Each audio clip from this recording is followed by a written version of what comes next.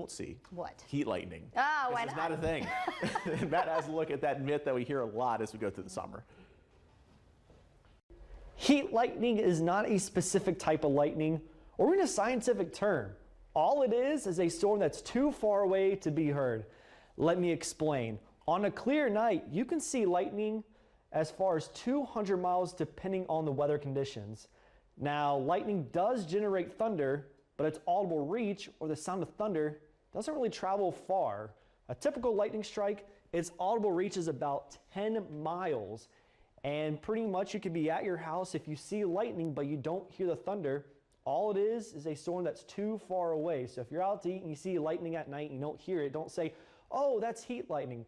All it is a distant storm. And the good news is heat lightning, or like I like to call it, distant storms, are much less dangerous than normal lightning because of the distance.